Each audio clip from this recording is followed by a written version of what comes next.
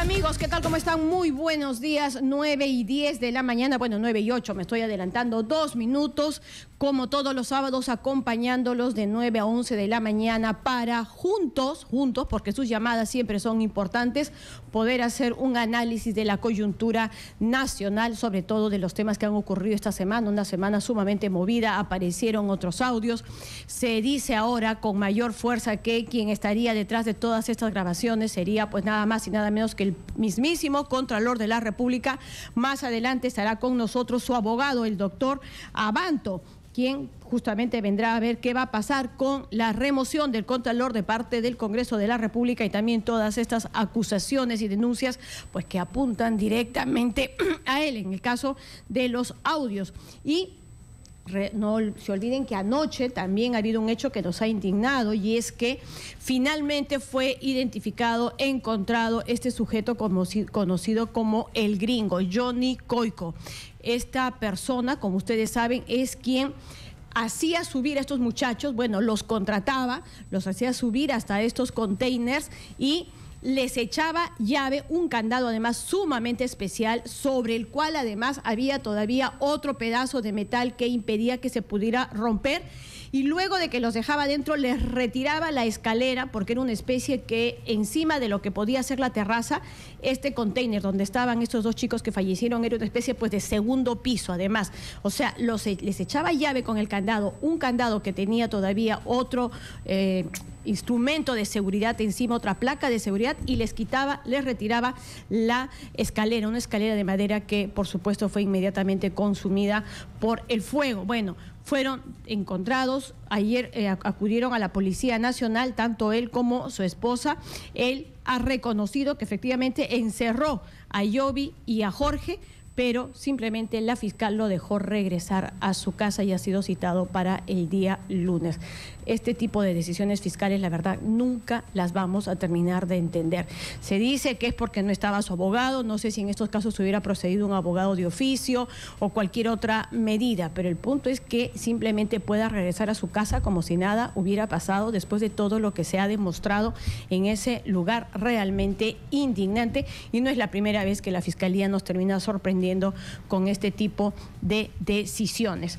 Otro tema, pero sobre el que vamos a conversar también y dentro de inmediatamente es con Gustavo Guerra García, quien fue jefe de campaña de Fuerza Social, ojo, no en el tema de la revocatoria ni en el tema de la reelección, sino en el 2010. Pero vamos a conversar con él porque se ha informado que un colaborador eficaz habría señalado que se recibieron aportes de Odebrecht durante precisamente esas dos últimas campañas. Estamos hablando la de la revocatoria y la de la reelección. Dice que una parte se entregó en Brasil para pagar a la empresa que era FX, con la que operaba Luis Fabre en Brasil. Además, esto según el diario La República, cerca de $1 millón se habría entregado en Lima, y el equipo especial del Ministerio Público está verificando la información entregada. Antes de dar pase a Gustavo Guerra García, vamos con la pregunta del día para que usted nos pueda hacer llegar sus respuestas a través de Twitter, @exitosape o vía Facebook Exitosa Noticias. Y la pregunta es: Kenji pide a Keiko Fujimori reestructurar Fuerza Popular. El hermano menor pide a Keiko Fujimori reestructurar Fuerza Popular. ¿Ustedes qué opinan? Háganos llegar sus respuestas, como hemos dicho, vía Twitter, a través de @exitosape o vía Facebook Exitosa Noticias. Bien, Gustavo, ¿qué tal? ¿Cómo estás? Muy buenos días. Muy buenos días. ¿Te sorprendieron estas noticias? Digamos, no es la primera vez, ¿no? Ya anteriormente se había hablado de la aparición de los nombres precisamente o en estas agendas o en estas colaboraciones de parte de Odebrecht respecto a aportes para, que decía, nuevas vías de Lima, puntualmente. Sí, a mí me sorprenden porque son contradictorias con la información que nosotros recibimos de parte de quienes estuvieron a cargo de la campaña del no y de la rendición de cuentas de la campaña del no. Según la información que nosotros siempre hemos manejado, esa campaña costó alrededor de 2 millones de soles y las remuneraciones del señor Fabre salieron de los fondos de la campaña, que tienen una declaración de ingresos y de gastos. A pesar de que la campaña del no estaba regulada, como están las campañas electorales normales, en el marco de un pacto ético, se entregaron toda la información de la campaña, los ingresos y los gastos. Por lo tanto, esa es la información que nosotros siempre hemos recibido y hemos manejado. La información que he visto en la República... Pero digamos, ahí en esa información que se decía era que se le había pagado lo que podría ser algo así como $120.000 a Fabre. $200.000, ¿no? Por 2 meses de trabajo, que para nosotros... No sé cuántas personas ganan $100.000 mensuales, sí nos pareció un monto creíble y razonable. La información de la República... Para cualquiera, pero digamos, para lo que uno conoce de lo que cobra ese señor respecto a Moreno y respecto a otros casos, tampoco es que fuera mucho, y vamos que se dedicó de cuerpo y alma. Moreno trabajó mucho menos.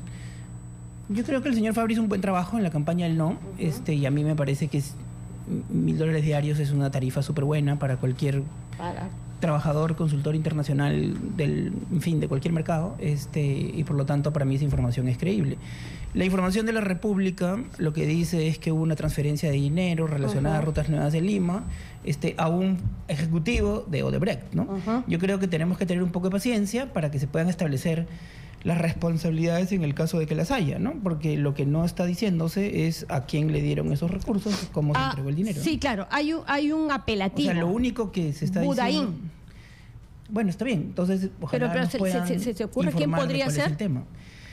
Yo te estoy contando exactamente la información que nosotros hemos manejado, porque nos los dio la propia alcaldesa, exalcaldesa, y sobre estos hechos, ¿no? Y la información que es de público conocimiento, ¿no?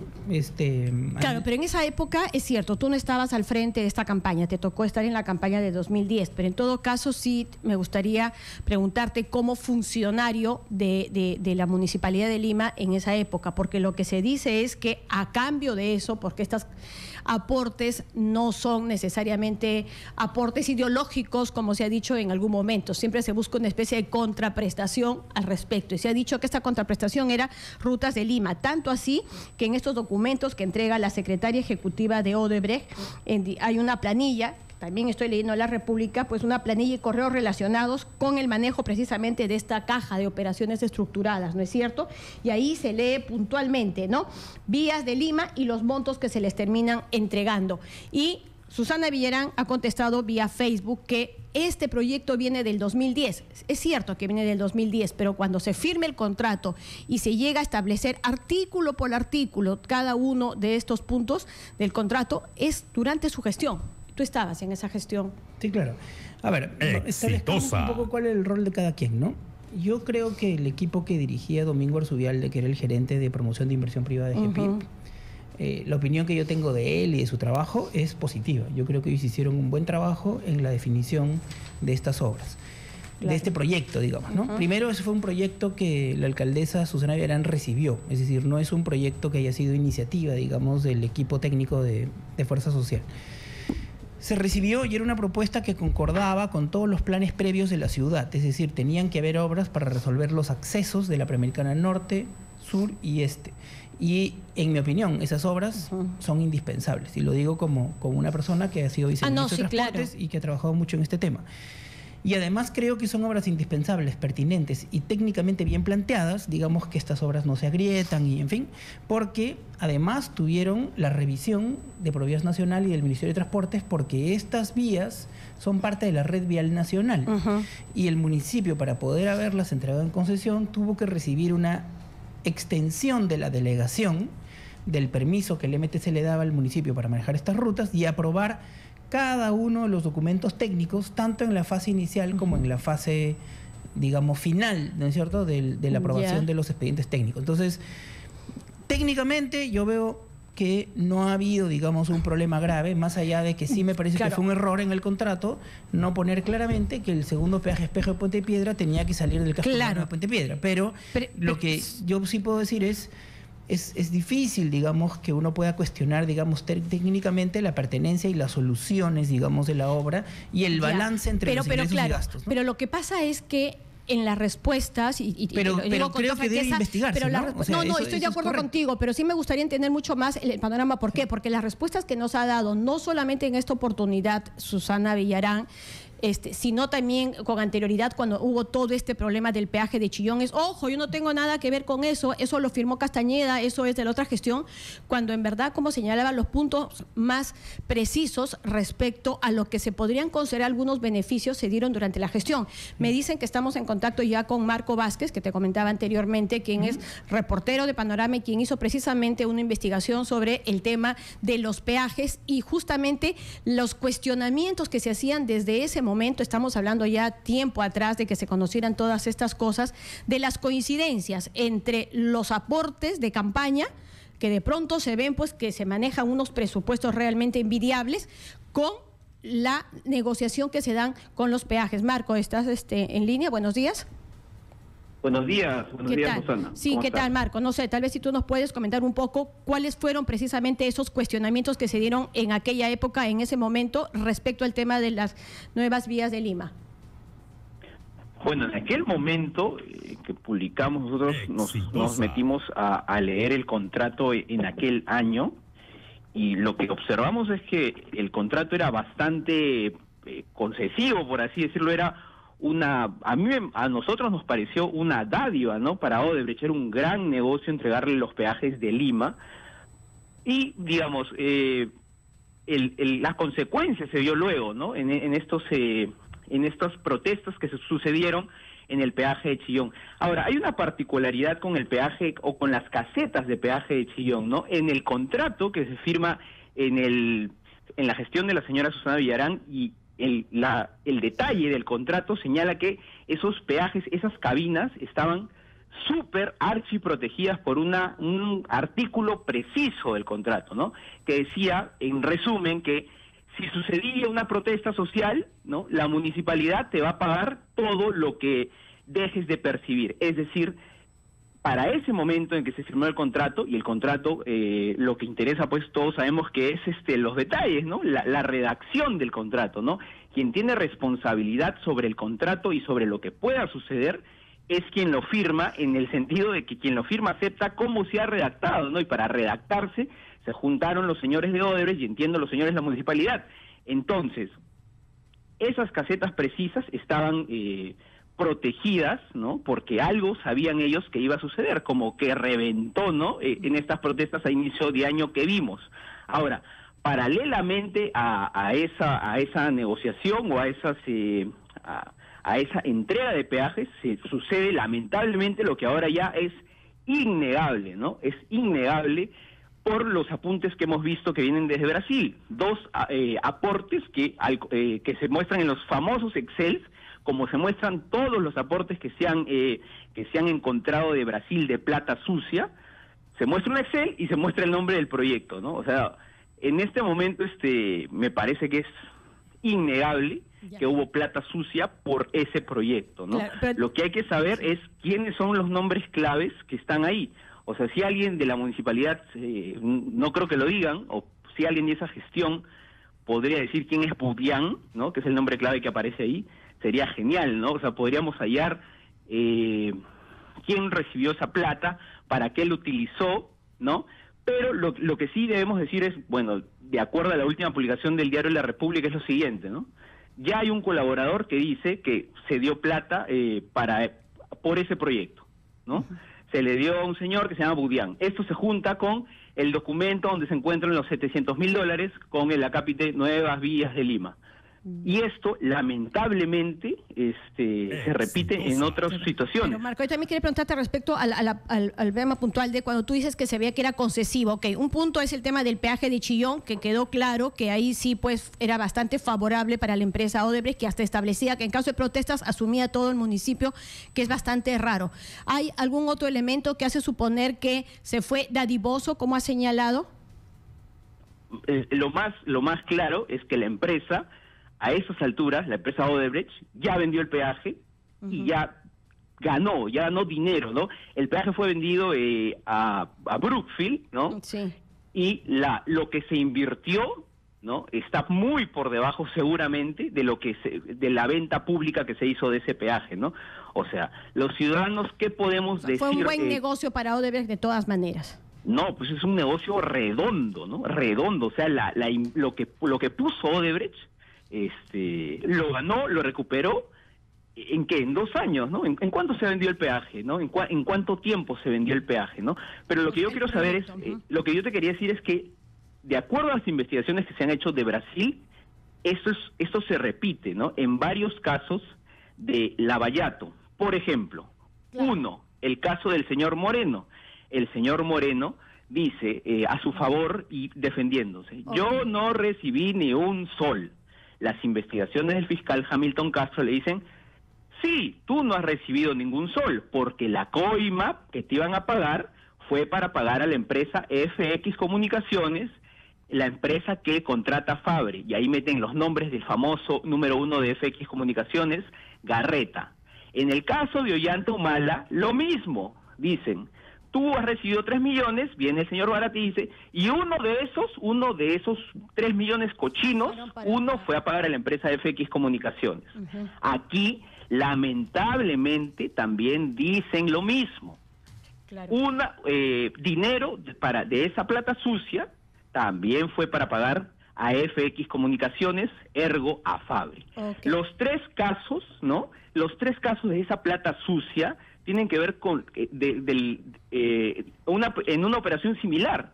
Así es, ¿no? bien. Tú me das algo y yo te pago con con campaña. Muy bien. O sea, bien, Marco, muchísimas gracias por esa explicación. Vamos a escuchar ahora ya a Gustavo Guerra García. Muchísimas gracias por este contacto telefónico que nos ayuda a entender bien lo que fue ese proceso de investigación. Gustavo, o sea, digamos, tú eras funcionario en esa época, estabas al tanto de lo que pasaba con ese contrato, nunca hubo un cuestionamiento interno, por lo menos, oigan, ¿qué está pasando? ¿Se los estamos entregando casi en bandeja? Sí, pero, a ver, yo no estoy de acuerdo con lo que ha planteado Marcos. En primer lugar, la cláusula de fuerza mayor que se utiliza para casos en los cuales puede haber rebeldía social en el caso de un peaje nuevo, ¿okay? Porque si ustedes miran todo el proyecto, que es muy grande en su extensión, porque es toda la Panamericana Sur, en el casco urbano de Lima, la Panamericana Norte y toda la Ramiro Prialé hasta el Puente de Los Ángeles, donde se tiene que hacer la obra. Era un proyecto muy amplio y se trabajaba sobre los peajes preexistentes, que dicho sea de paso, en monto de recaudación eran la mitad que el peaje de Línea Amarilla, por ejemplo. Y para que tengan una idea, los ciudadanos de Lima, el peaje de Línea Amarilla tenía el doble de recursos por peajes que Rutas Nuevas de Lima. No, sí, 60 seguramente, millones que menos también de está inversión. bajo sospecha, sí. Pero para decirlo de una forma clara, ¿no? El Rutas Nuevas de Lima tiene una tasa de retorno, analizando los flujos de recursos y gastos, de alrededor de 14%, cuando el estándar de los proyectos de concesión es 15% del retorno al proyecto. Por lo tanto, yo no sé de dónde se habla de que aquí hay un tema extremadamente dadivoso. Lo que yo sí creo que es dadivoso pero en el caso es que la gestión de Castañeda le quite el óvalo Canta Callao, que era uno de los óvalos importantes en Panamericana Norte, a favor de Odebrecht, que a cambio de nada, ¿no? Entonces, estamos totalmente de acuerdo. Yo también creo que en el caso de Castañeda sí, se tiene que investigar, y un montón, porque ahí hay montones de casos, pero estamos ahora en un montón de minutos sustentando algo sin base. Entonces, la tasa de retorno es 14%. La tasa de retorno es 14%, el estándar en estos proyectos es 15%. O sea que no hay, digamos, una rentabilidad excesiva, por lo menos no comprobada. En el caso del peaje del llama Chillón, la atención en cuánto se vendió en 2 años, casi el doble, pero para que veas el negociazo pero es que no se podía vendido ser. ¿El doble de qué? No se vendió. No, ¿En cuánto se vendió la cuanto a inversión. Ahorita no tengo la cifra exacta, pero lo vimos en ese momento y era realmente un negociazo respecto a lo cuando se dice, yo me retiro del Perú, toma Brookfield, y el monto por el que lo ven decimos, caramba, sí que era un súper negocio. Bueno, pero no me estás dando el monto del negocio, así que no podemos hacer una referencia específica. El proyecto tiene una tasa de retorno de 14%.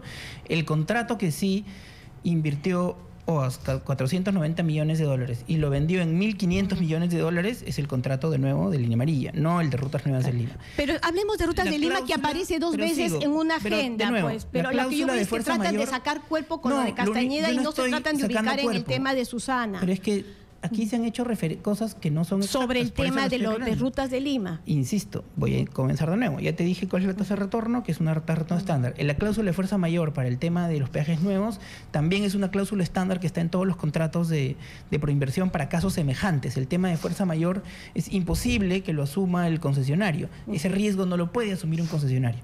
Y segundo, no es cierto que todo hubiera estado preparado para generar un caos social respecto del segundo peaje. Estaba clarísimo, tanto así que se produjo inmediatamente. Por dos razones. Primero, porque el contrato mismo, y hay que leer el contrato completo, dice claramente que la localización del segundo peaje es flexible y que no tiene que estar localizada al lado del otro, ni tampoco tiene que estar. El tema de que esté cerca del Chillón es una referencia. Entonces aquí hay dos errores principales en la implementación de ese peaje que causan la violencia social. Uno, siempre es complicado poner un peaje nuevo, eso es verdad. La mayor parte de las obras del contrato de Rutas Nuevas de Lima están en Panamericana Norte, ¿ok? La mayor parte de las obras. Por lo tanto, es un poco desbalanceado para el funcionamiento de esa concesión que no hubiera un peaje de regreso, digamos, en el único tramo en donde se concentran las obras y donde solo había un peaje en un solo sentido. Por eso es que tenía que haber un peaje en un segundo sentido, pero eso tenía que hacerse cuando las obras terminen, ¿no es cierto?, de hacerse para que los beneficios se den, cosa que la gestión no cumplió y por eso ¿que se terminen en qué punto? Porque si hemos leído, yo he leído también esa parte del contrato, de la Panamericana Norte, claro, pero el tema está cuando se trata de confundir, como por ejemplo cuando ahora Susana escribe en su Face y dice, ese proyecto viene del 2010, sí, pues sí es cierto, pero tú lo firmaste, así que tampoco, eso es verdad, eso lo dices. La iniciativa fue presentada durante la gestión de Castañeda, pero también en esto que tú me dices, cuando tú dices, eso se tendría que haber hecho cuando el proyecto estuviera terminado, y también las obras de Panamericana Norte estuvieran terminadas. Pero cuando cuando Susana se defiende ante las primeras cuestionamientos que hay respecto a la protesta social, dice cuando estuviera terminado todo el proyecto, de acuerdo, cuando era puntualmente honesto. Sí, pero igual son esas medias verdades que uno dice, ¿por qué tiene que apelarse a ellas? Ya, yo no he visto la declaración de la exalcaldesa. No, sí, porque nosotros tuvimos que chequearlo varias veces. Pero digamos, estamos hablando para que la población entienda, ¿no es cierto? El hecho es, habían 4 intercambios viales fundamentales en Panamericana Norte, el Loba Lacanta Callao no está hecho, ¿no es cierto? Y por lo tanto se le impuso a la gente de Panamericana Norte un adelanto de peaje de forma ilegal que generó un caos social porque además no se concertó con ellos dónde debía localizarse. El Ministerio de Transportes tiene 1000 experiencias de que conversando con la gente se relocaliza una caseta de peaje cuando la localización genera problemas. Y obviamente poner un peaje en el medio del casco urbano de un distrito obviamente va a generar problemas. Ese problema es evitable en el marco. La presencia de Fabre.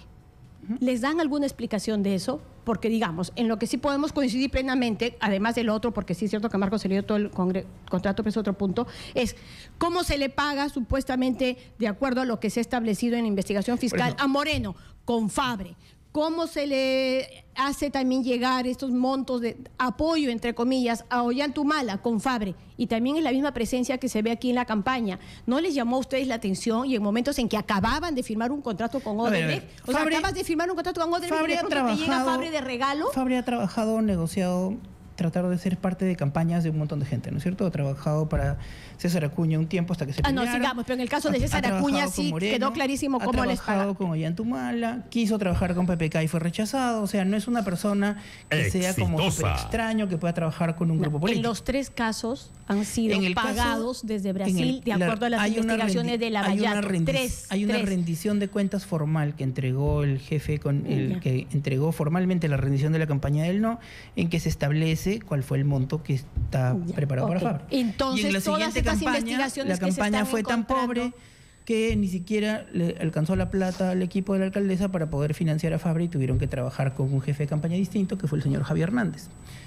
Entonces, cuando aparecen todas estas anotaciones con Rutas de Lima y sus montos respectivos, y cuando aparece este colaborador eficaz, ¿no te generan ninguna duda internamente? A mí me indigna que haya la posibilidad de que alguien ha llegado a la gestión que nosotros participamos, haya recibido una plata indebidamente para una campaña. Eso a mí me parece completamente indignante y yo espero que dentro de poco sepamos exactamente cómo ha sido el problema y cuál es el tema, ¿no es cierto? Porque si bien yo confío en la honorabilidad de la alcaldesa Susana Villarán, y a mí me parece una persona súper austera, y yo nunca he visto que haya hecho algo raro, y por lo tanto yo mantengo mi plena confianza en su integridad personal.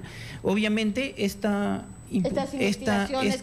dato, digamos, que tenemos es un dato importante, ¿no es cierto? Y que si bien la información está muy incompleta y por eso es muy difícil hacer un análisis sobre un dato tan incompleto, ¿no es cierto? Es probablemente respecto al colaborador, pero respecto a los documentos del Excel donde aparecen Vías de Lima, ahí está bien, sí pero que un Excel aparezca claro. Vías de Lima, puede ser que la gente debe ver que ustedes sean la caja de los peajes, es que hay contabilidades y contabilidades. Esta es la contabilidad de operaciones estructuradas. Está bien, pero no hay ninguna información, no hay ninguna información de a quién le dieron los recursos y por qué razón se los dieron. Entonces yo creo que, dado que hay un colaborador eficaz que debe saber esas cosas, quizás tengamos que tener un poco de paciencia para poder saber los datos que faltan, establecer las responsabilidades y que paguen sus culpas en donde corresponda, de acuerdo a la sanción que sea meritoria, las que son personas responsables. Nosotros, los que hemos sido parte de esta gestión y los que hemos sido parte del Partido Fuerza Social, somos los primeros en que vamos a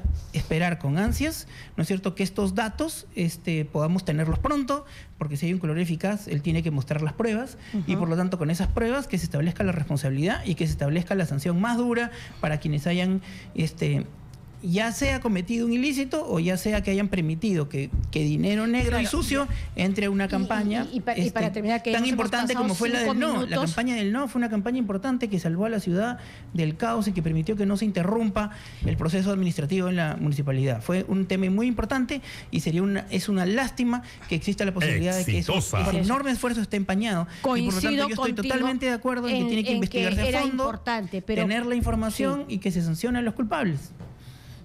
Coincido en esa primera parte de que era importante el tema del no en ese momento, sobre todo, ¿no es cierto? Pero el tema está que si hubo este tipo de aportes y se permitió este tipo de aportes, porque yo sí creo que es como cuando pasan en casas de algunas familias que dicen, o que la esposa puede decir, yo no sabía nada, no me imaginé, y tú nunca le dices, oye, mi vida, ¿de dónde estás sacando tanta plata para comprar semejante carro, semejante casa, semejantes alfombras? O sea, hay cosas raras, pero en el caso de la campaña del no, más allá de las razones, que podrían ser políticas, de pronto aparecieron carteles por todo Lima, por todos lados, o sea, fue una campaña realmente costosa. Es cierto, no pero sé si eso justifica la rendición de cuentas que se han presentado ante la OMP. Como te dije, yo fui jefe de campaña del 2006, cuando Susana Villarán postuló a la presidencia, fui su jefe de campaña del 2010 y también fui el jefe de campaña de una desastrosa campaña que hicimos el 2011 con Manuel Rodríguez Cuadros a la presidencia, que al final él se retiró.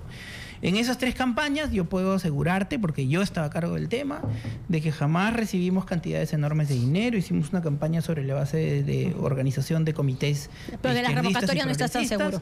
De la revocatoria no estuve a cargo, por lo tanto yo no me puedo ser responsable de decirte quién la trajo y quién la gastó. Pero lo que sí te puedo decir es que hay una rendición formal presentada por Marco Antonio Ceballos, que a mí me parece una persona correcta, en donde hay alrededor de 2 millones de soles de rendición de esa campaña, que en el documento cubre los datos de publicidad y los datos 2 millones de soles en esa campaña. Esa es la información que hay en la rendición de cuentas, esa es la información que públicamente se conoce que fue lo que costó la campaña del no.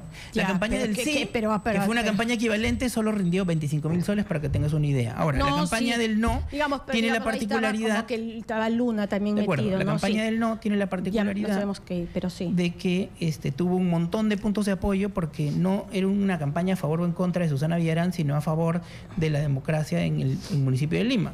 Por lo tanto, sí es importante ver quiénes son los responsables y cómo, si es que se filtró dinero indebido o no declarado, ¿no es cierto? Porque ambas son faltas, ya sea que la plata fue sucia o ya sea que hubo plata que entró a la campaña y que no se declaró. En ambos casos hay una irregularidad que se debe aclarar y que se establezca la responsabilidad. Bien, muchísimas gracias por haber estado con nosotros. Ha sido Gustavo Guerra García, ex jefe de campaña de Fuerza Social. Ojo, y lo vuelvo a reiterar, en el año 2010, ¿no? Durante la época de la revocatoria, donde se han dado todos estos tipos de denuncias. Muchas gracias por haber estado con nosotros. Nos vamos a una brevísima pausa y regresamos con Mario Casareto, gerente de Defensa Civil, para que nos explique por qué no sé de la Municipalidad de Lima, para que nos explique precisamente por qué recién ahora parece que se están poniendo las pilas respecto a la fiscalización de todos este tipo de locales, como lo que pasaba en Nicolini. Ya regresamos.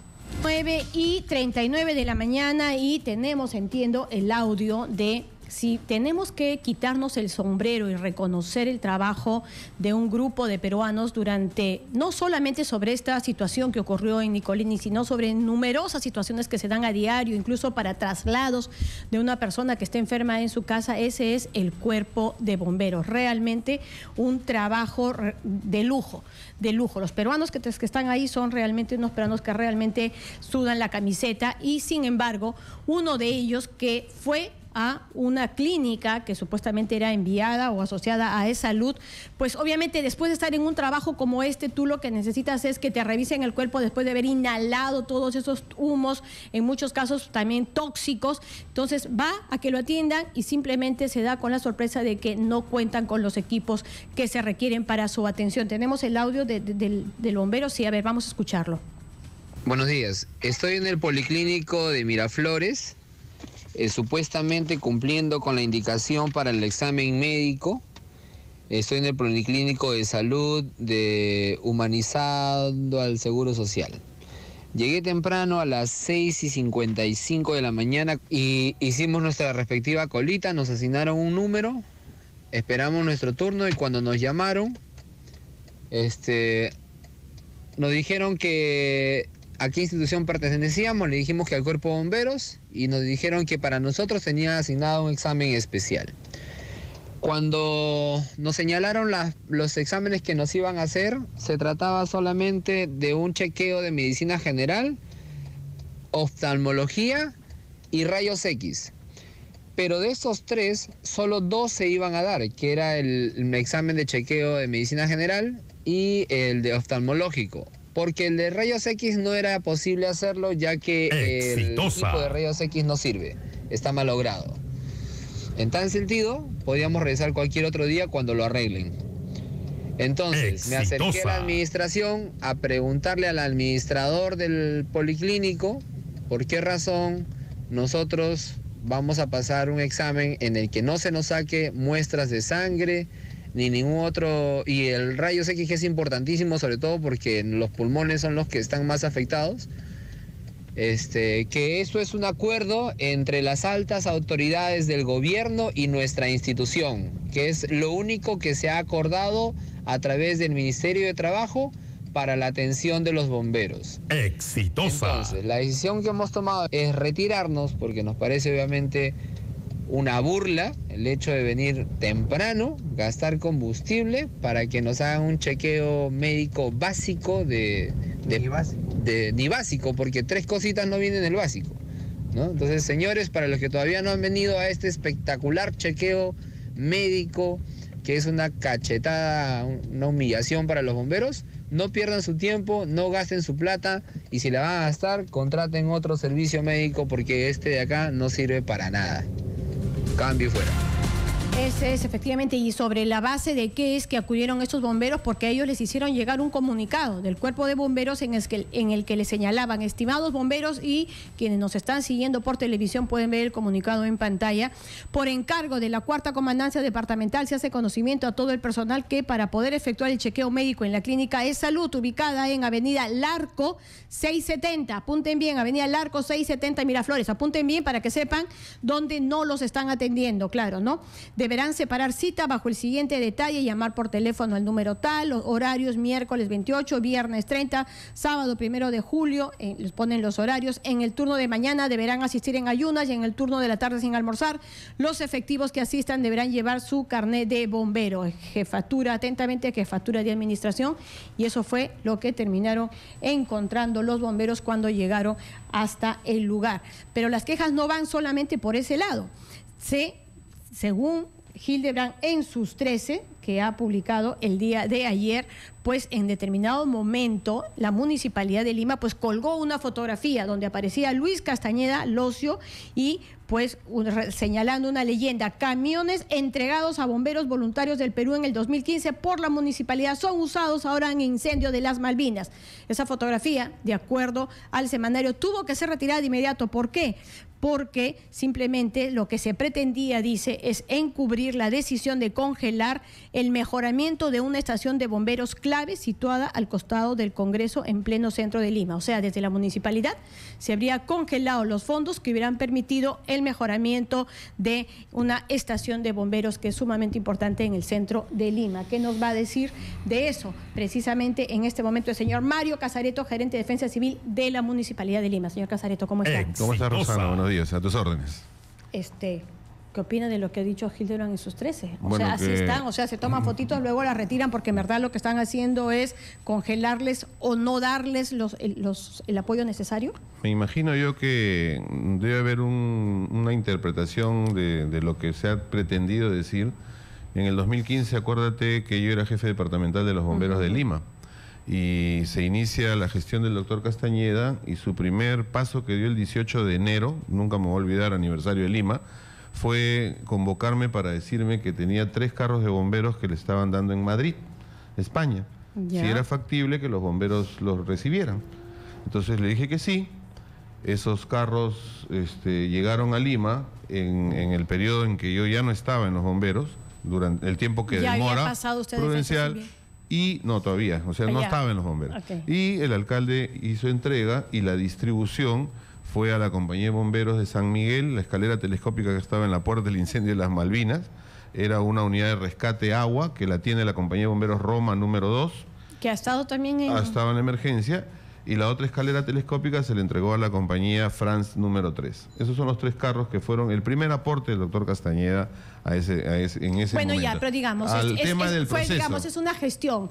Ya a mí me llaman y me dicen, ya, Rosana, mira, queremos donar todas estas cajas, no sé qué. Ya. Ok, hago un poco la gestión. Eso es un punto. Así es. Ahora vamos al segundo punto. A eso, que es realmente gestión. No se ha congelado nada, Rosana.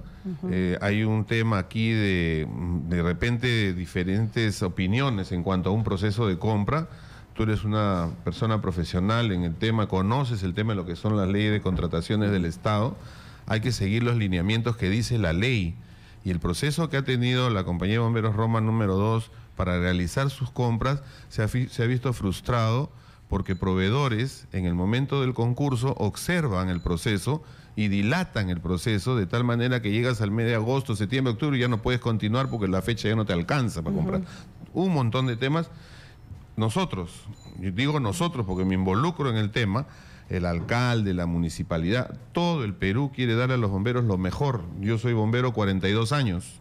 Yo quisiera que los bomberos tuvieran en estos momentos 15.000 equipos de protección porque son 15.000 bomberos. Todo el mundo lo quisiera. Pero en el momento del proceso de la compra, la pugna que hay entre los proveedores origina este retraso. No se ha anulado la compra. Habían dos formas de terminar este tema. Anulando, que deja sin efecto y se revierte el dinero al Estado, o cancelando, dejando el dinero para este año. Yo te voy a mostrar aquí, simplemente te voy a mostrar que si esto estuviera en la situación que se menciona en estos momentos... Y entonces entendemos que es porque, los proveedores que no resultaron beneficiados empiezan a impugnar y a hacer observaciones y eso dilata hasta que resuelvan.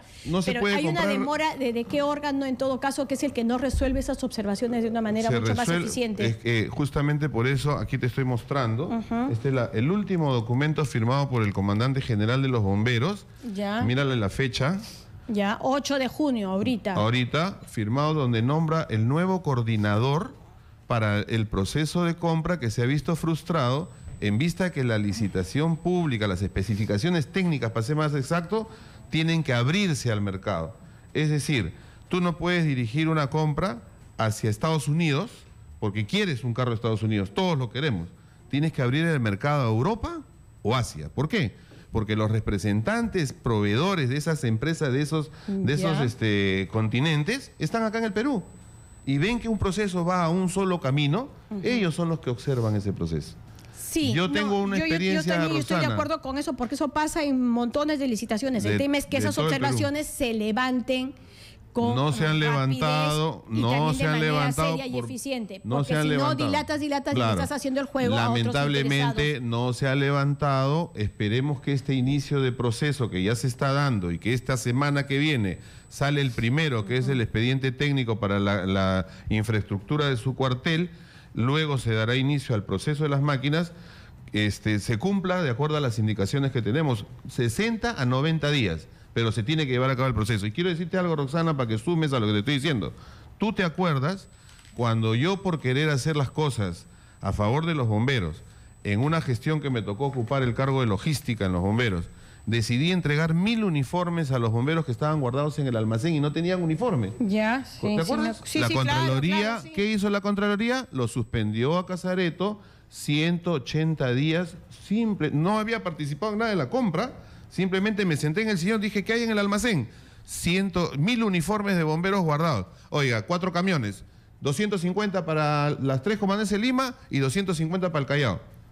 180 días me fui a mi casa por haber hecho esa acción. Yo ahorita haría lo mismo. Compren el carro que están en las especificaciones técnicas. Y después, ¿quién me ayudó? Pues cae. ¿Quién me dijo, es cierto que a veces empiezan a aparecer todo este tipo. Ahora, en este momento, hay que pelearla también porque tengan nuevos trajes los bomberos. O sea, este mes ha sido un mes de incendios y cada incendio lo desgasta. Usted lo sabe mejor que nadie. Y ya han estado como que en 5 o 6 incendios. O sea, ¿con qué ropa van a ingresar si hay un sexto o séptimo? Los 1000 uniformes que te estoy comentando se entregaron en el 2011. Esos 1000 uniformes que te estoy comentando. Hasta ahora no hemos vuelto. Esos uniformes que ahora vemos en pantalla son los que siguen, los estamos viendo ahorita. Son los mismos, los 1000 que se entregaron a Lima. Lo que yo sugiero, y creo que es un tema de no comprar, pues, lo mismo que hemos vivido siempre los bomberos, 900 uniformes, 1000 uniformes. El Perú tiene 15.000 bomberos. Y los 15.000 bomberos necesitan 15.000 uniformes con equipos de aire autocontenido para poder ingresar a la emergencia para protegerse. Sí. Compremos 15.000 uniformes.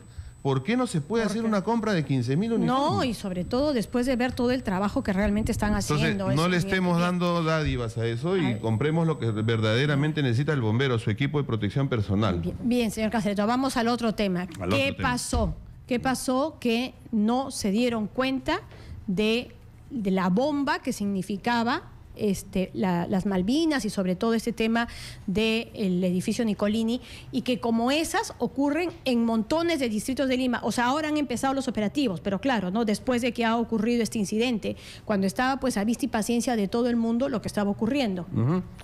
Yo te voy a contestar, y yo quisiera, en todo lo que voy escuchando a través de esta semana, ¿por qué no se hace un recuento de las entrevistas donde nosotros salimos diciendo que hay una bomba de tiempo en Lima, que los comerciantes aprovechan a las viviendas que tienen bajos recursos para convertirlas en depósito? Acaba de pasar en Chiclayo, y que estamos trabajando en eso. Acá te voy a mostrar un documento estadístico. Esto es lo que hacemos nosotros todos los días, 2016-2017. Tenemos 15.994 visitas básicas por el tema de certificados de defensa civil. Visitas inopinadas en el 2016, que son gratuitas pero obligatorias por el Decreto Supremo 058, artículo 55, el año pasado 798 y 154 Y mira ahorita este año. 3.771 en esta gestión de este año actual de los primeros 6 meses. Ok, pero ¿por qué no da resultados? Sí da resultados. Lo que pasa es que la gente sigue sacándole la vuelta a la ley. Tú haces, te voy a contar haces una inspección en una galería. Van los 4 inspectores que son profesionales, ingenieros, arquitectos. Revisan la galería, encuentran los extintores en su sitio, sus señales, todo. Al día siguiente que lo obtienen el certificado aprobado, devuelven los extintores a la galería del costado que le prestó y vuelven a su estado natural. Y para tú hacer una visita inopinada tienes que esperar en el transcurso del año volver a revisar que te sacaron la vuelta. Ya, ¿y no se puede hacer a la semana siguiente la inopinada? Sí se puede, cuando se recibe la denuncia. Cuando alguien se te acerca... Pero no de moto propio, o sea, no de oficio. Por supuesto, pero ya, por eso se llama inopinada. Por lo mismo, ¿por qué no se hace a la semana siguiente? Porque justamente si no se hiciera, no te contaría lo que te estoy contando. Nos dicen, te das cuenta que era prestado. ¿No se puede cerrar? Por supuesto, aquí está. Pero vemos que todas están abiertas. Este es el proceso justo de Nicolini. Esta visita inopinada... eso es lo que dicen, claro, que han estado señalando, pero igual, pero era de los primeros pisos, riesgo alto. No es de los primeros pisos. El primer piso, que ahí hay una gran confusión que hay que aclarar, el primer piso pertenece a un centro comercial que se llama Nicolini. Ellos se han alineado, son comerciantes emprendedores que de alguna manera han tenido todos sus documentos, certificado de defensa civil, han tenido su licencia de funcionamiento. El problema y el compromiso de este incendio se originó, y escuchen bien, se originó en el tercer piso del edificio que correspondía a la empresa de inversiones JPG. Edificio que del día, como tú ves acá, 12 de abril fue declarado en riesgo alto. Y aquí está el trámite correspondiente, donde se le comunica a fiscalización que este edificio presenta riesgo alto. Ok, pero mi pregunta es ¿por qué no se cierra? Para terminar el proceso que se tiene que seguir administrativo, que también es de ley, Roxana. Entonces, este es el proceso. El riesgo alto... El riesgo alto, la comunicación a fiscalización y el acta que fiscalización clausura.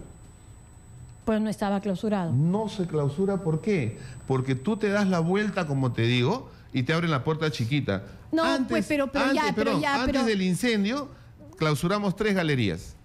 La Zona, Mina de Oro 1 y El Dorado. Al día siguiente, la prensa, con cámara escondida, se hace pasar como cliente y los hacían pasar por la puerta falsa a los clientes para hacer sus compras. Inmediatamente salió en el canal. Sí, pero en este caso no, pero en este caso ni siquiera estaba que había que entrar por la puerta escondida. Estaban en otra pregunta que no quiero que se me pase porque nos está ganando el tiempo, y es que por las redes sociales nos preguntan respecto a estas denuncias, que han habido varias, de cupos diarios que cobran los fiscalizadores de la Municipalidad de Lima. Es un tema que nosotros estamos trabajando. Ustedes han visto en el programa que se ha extendido del día sábado pasado, de gente que inescrupulosa, diría yo, pues delincuentes que, valiéndose de una situación que los favorece el tener el fotoché de la municipalidad, toman el nombre del gerente. Me pasa todos los días que tengo que estar lidiando contra eso, cuando dicen, oye, la firma del subgerente, cuando era subgerente, vale 5.000 soles, pues hermano, él no firma así nomás un certificado. ¿Sabes cuántos certificados firma diario? 300 certificados. Debería estar ya, pues, ¿en dónde? ¿No? O sea, hay cosas que... yo pienso que el comunicado a todo el comercio de Lima debe ser: no te dejes estimar. Tanta culpa tiene el que te pide como el que da. Ya lo sé, pero el tema está que tan tontos no son. Ojo, al margen de que utilicen su nombre, ¿no? Tan tontos no son, porque el asunto es que siguen funcionando. O sea, la gente no paga por gusto.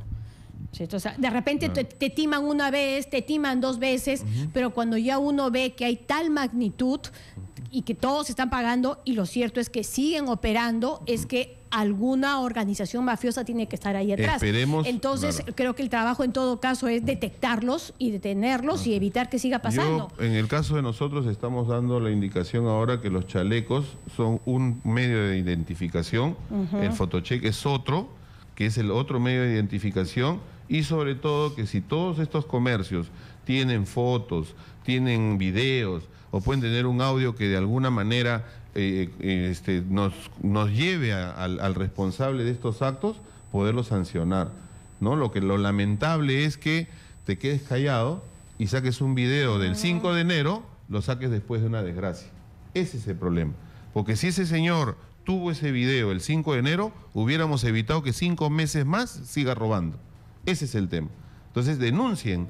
Toda denuncia es acogida, toda denuncia es inmediatamente atendida. Ya, digamos, pero ustedes en el caso se mueven solamente en lo que es el centro de Lima o en Cercado de Lima. Cercado de Lima. Otros distritos no, usted no tiene. Con el decreto supremo 058 otorgó la jurisdicción de todo el tema de defensa civil y todas sus competencias a cada distrito.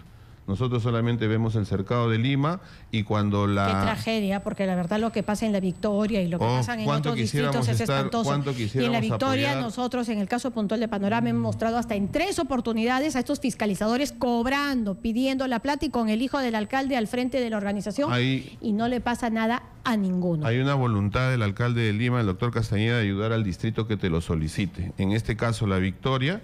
Hemos estado en Polvos Azules haciendo un simulacro, toda la Subgerencia de Defensa Civil de Lima a Polvos Azules.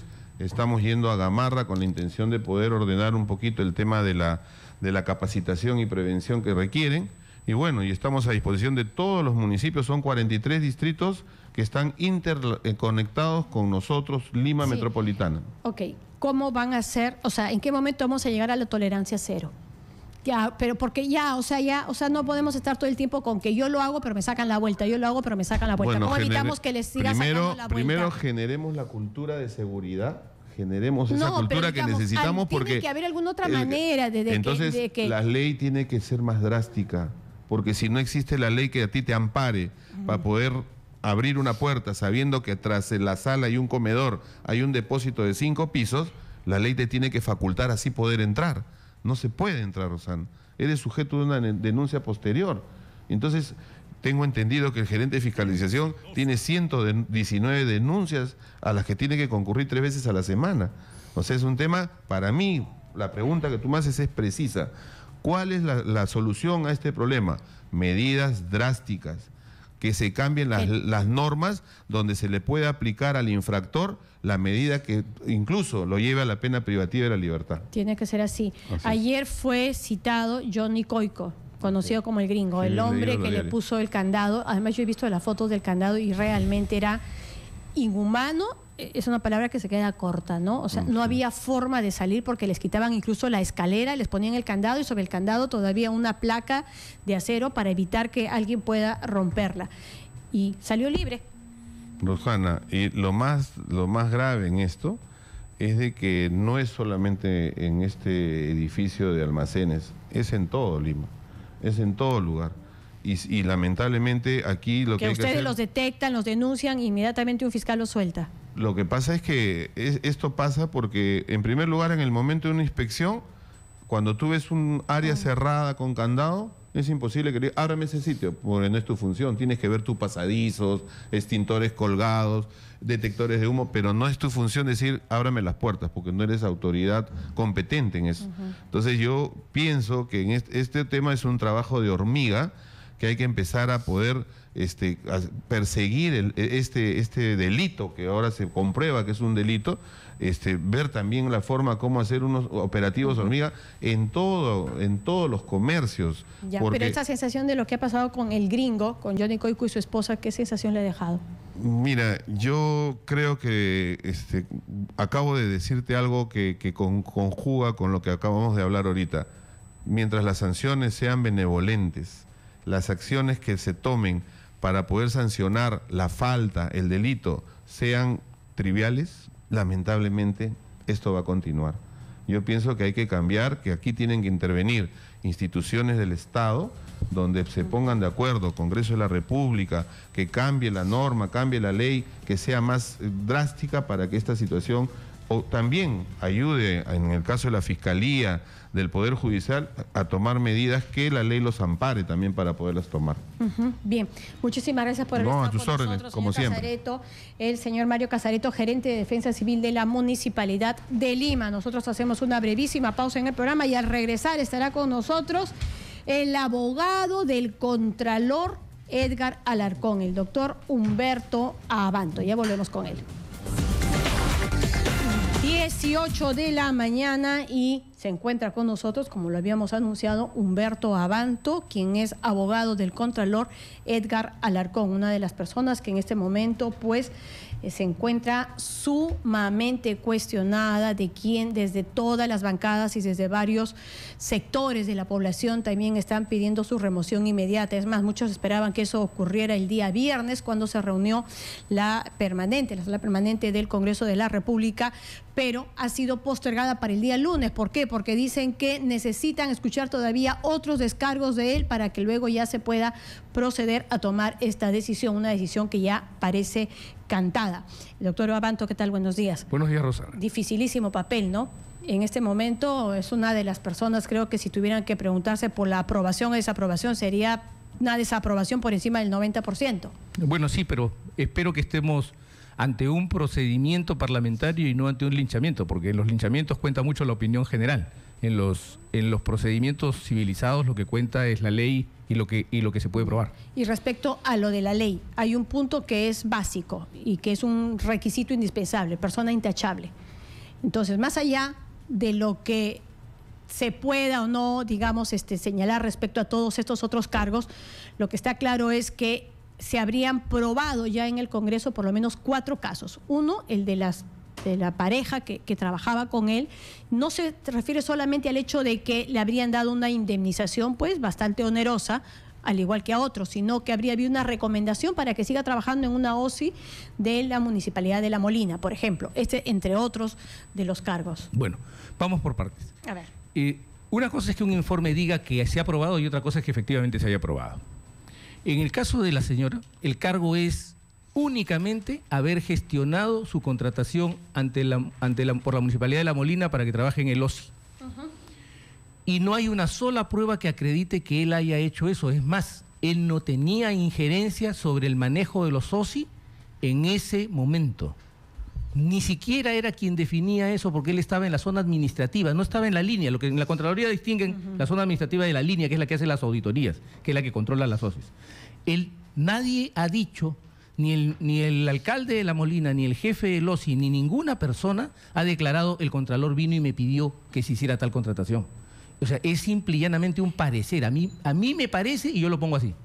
A mí me parece punto, pero digamos, recomendaciones sí se pueden dar, más allá de que estés o no estés dentro de la línea D. Pero que se puedan dar y que se hayan dado, entre eso media un abismo. Ese abismo se cubre con prueba. No hay ninguna prueba. Mire usted el informe. Yo lo he revisado de pies a cabeza y no hay una prueba que acredite la gestión de Alarcón para que se contrate a la señora Mejía. Claro. Y entonces, ¿de dónde sale usted? O sea, dice 4 causales. Le leo las 4 causales que son las que me he probado, porque digamos, las denuncias han sido varias y era todo un file, ¿no es cierto? Y todas las hemos ido descargando. Favorecimiento indebido en la contratación de Marcela Mejía como asesora de gerencia del órgano de control institucional de la Municipalidad de La Molina. Operaciones comerciales con un proveedor de la Contraloría. Eso sí es cierto. Un ratito. Usted sabe que el Estado le saca la vuelta a las reglas laborales, ¿ok?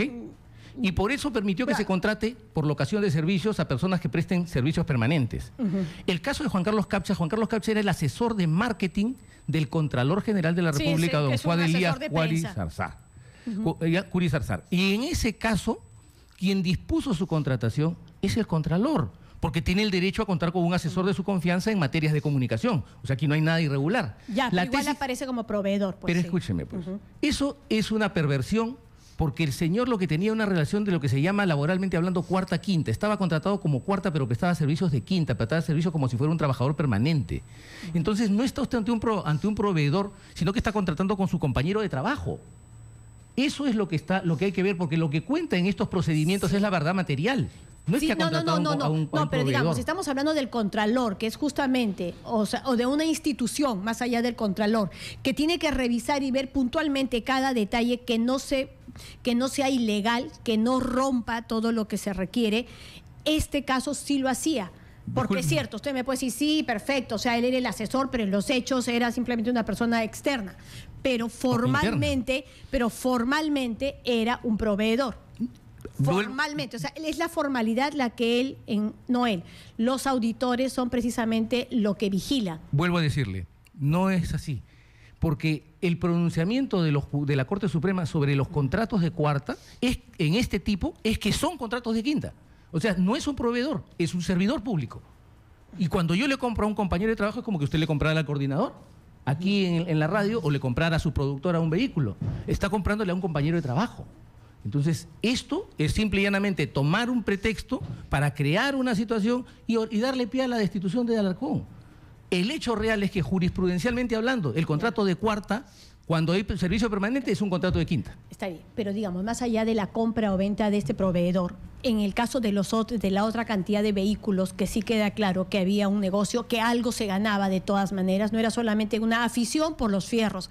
Había un tema en el que en algún momento, incluso en la primera etapa de estas denuncias, él dice, sí, eso me ayudó incluso a pagar los estudios de mis hijos. O sea, había una utilidad. Por partes, Rosana. Lo que se ha discutido es y eso era lo que no estaba permitido.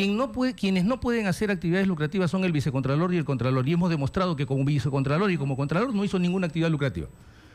Renovó sus carros durante 5 años como por 8 veces. Contralor sí hubo 8 veces. Claro, 8 veces ya. Cambió sus carros. Él tiene usualmente 3 carros en su casa, los ha cambiado por 2 veces, son 6 carros que se han vendido, él tiene 2 ahora. Compró 8, sí, ahí está la suma. Entonces, ese es un tema. Pero todo lo que se ha hablado de los negocios, de los carros, ha sido desestimado por el propio Congreso, así que yo no voy a reabrir esa discusión. Ha quedado claramente establecido que no hay una actividad lucrativa. Mire usted la conclusión. No tenemos elementos suficientes para decir que él haya faltado a sus obligaciones como contralor o como vicecontralor ejerciendo actividades lucrativas. Y por eso dice usted que se habrían quedado solamente con el caso del proveedor. Con el caso del proveedor, donde están haciendo, como le digo, esta interpretación alambicada, despreciando la interpretación de la Corte Suprema que nos vincula a todos, en el sentido de que el contrato de cuarta, cuando viene acompañado de servicios permanentes, es un contrato de quinta y por lo tanto se trata de un servidor público. Entonces, ¿se da cuenta? O sea, lo contratan como locación de servicios para que preste servicios como si fuera un contratado. Eso quiere decir para la Corte Suprema que el señor es un servidor público. ¿Y eso lo ha acreditado así la Corte Suprema? Por supuesto. No solo la Corte Suprema, el Tribunal Constitucional tiene innumerables fallos de gente a la que le ha permitido ingresar a la carrera pública justamente por haber sido contratada por cuarta y haberse mantenido durante mucho tiempo. Ya, tiene que ver con los tiempos. Ya, pero el más difícil, y es el que dio pie a todas estas denuncias, y es el tema del auditor Walter Grados Aliaga, ¿no? Y la omisión de presentación de la declaración jurada de bienes y rentas. La investigación puntual de este señor y sobre todo ese audio en el que graba y en el que termina diciéndole incluso que podría estar pues sometiéndose, ¿no es cierto? No, sometiéndose a su juicio. Me someto a tu opinión. Es como yo estoy aquí, yo me someto a ti, Rosana. Yo me someto a lo que tú digas, me someto a tus preguntas, me someto a tu interrogatorio. Entonces, a ese tipo de sometimiento está hablando. No está diciendo yo me voy a supeditar a ti. Entonces, ese es un punto. El segundo punto es, el cargo es más grave allí, porque dice que es una presunta coacción. La coacción es un delito, Rosana. Ya.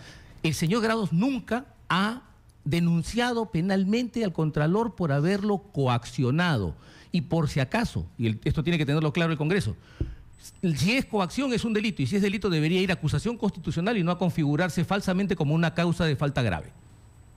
Dios mío, usted lo escucha y la verdad que se pone tan legalista que uno pensaría que aquí no ha habido ningún error, pero lo que se escucha en el audio le deja una sensación completamente distinta. Pero es que, Rosana, aquí tenemos que razonar lógicamente.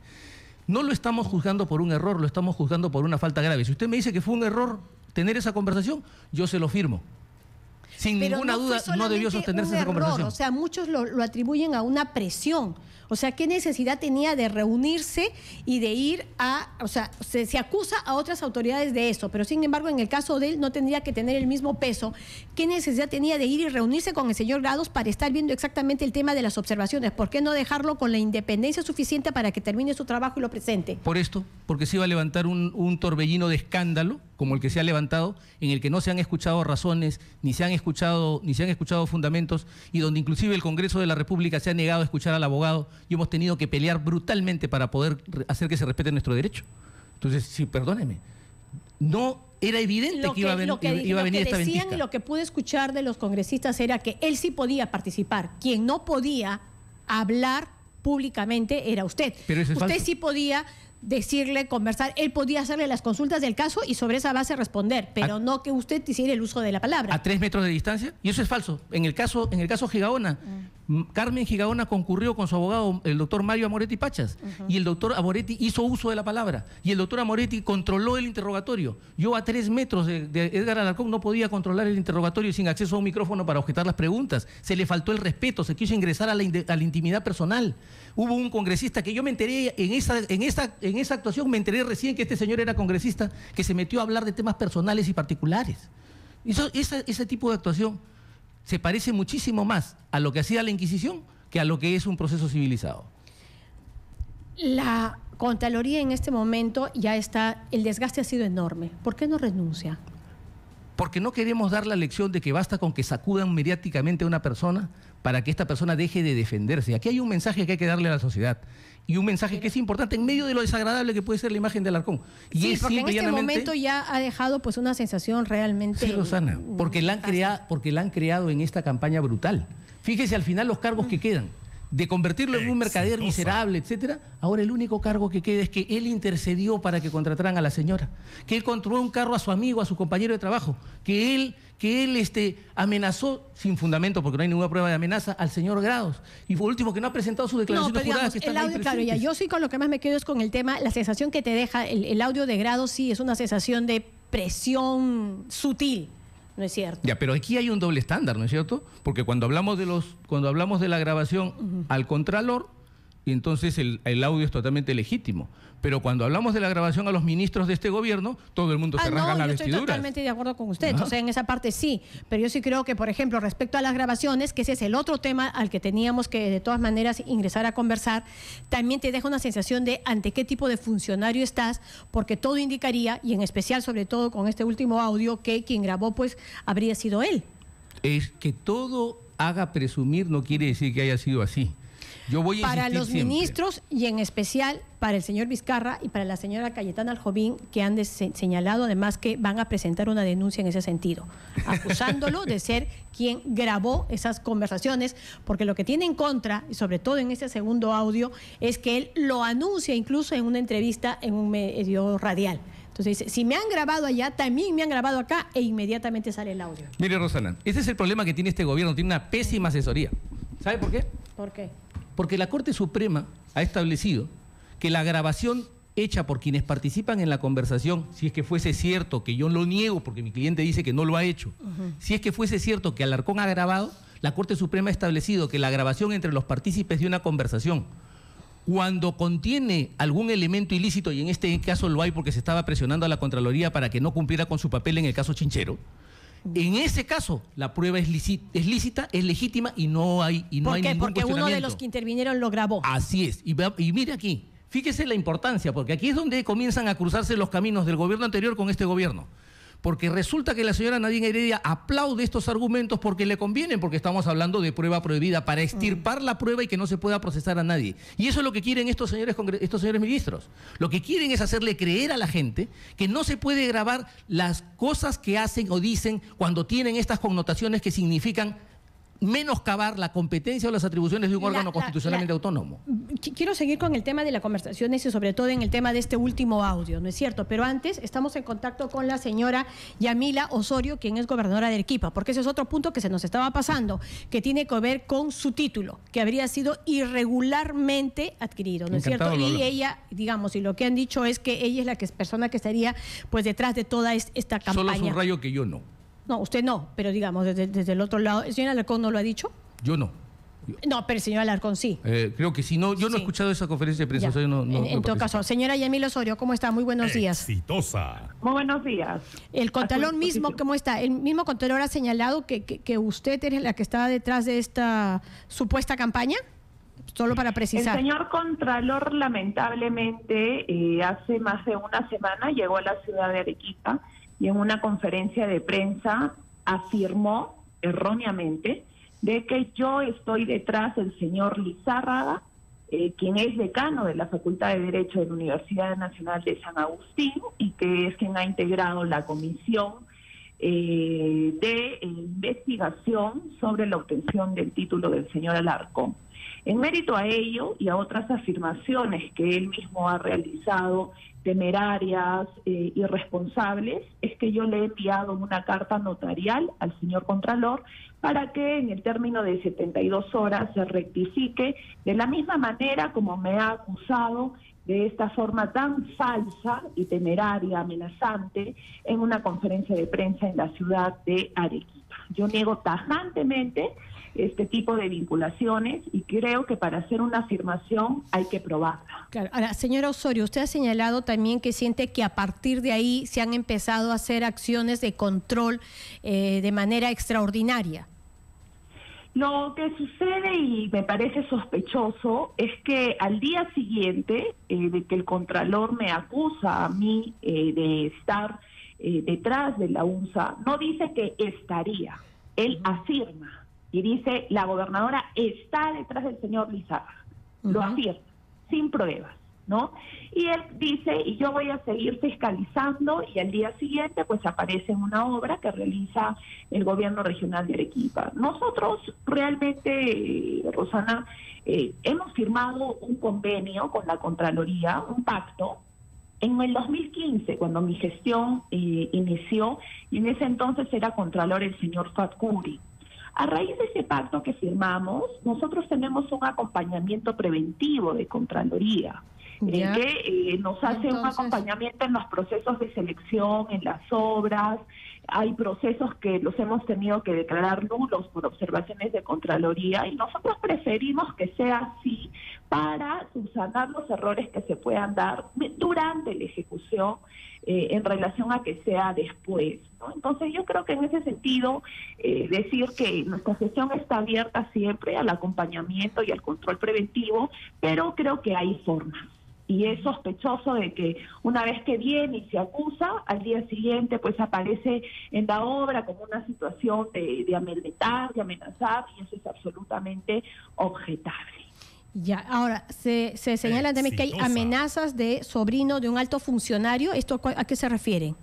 Efectivamente, mire, el señor Contralor, ustedes saben que apareció una denuncia de que su sobrina trabaja en Contraloría. Su sobrina responde el apellido Soto Tejada. ¿De acuerdo? Entonces, esta señora tiene de profesión nutricionista.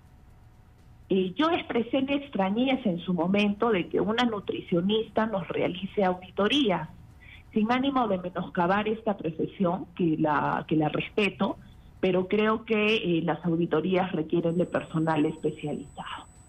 Y parece que estas apreciaciones que yo he realizado pues ha incomodado al señor Contralor y lo ha llevado a realizar las afirmaciones por las cuales yo ahora le he pedido que se rectifique públicamente.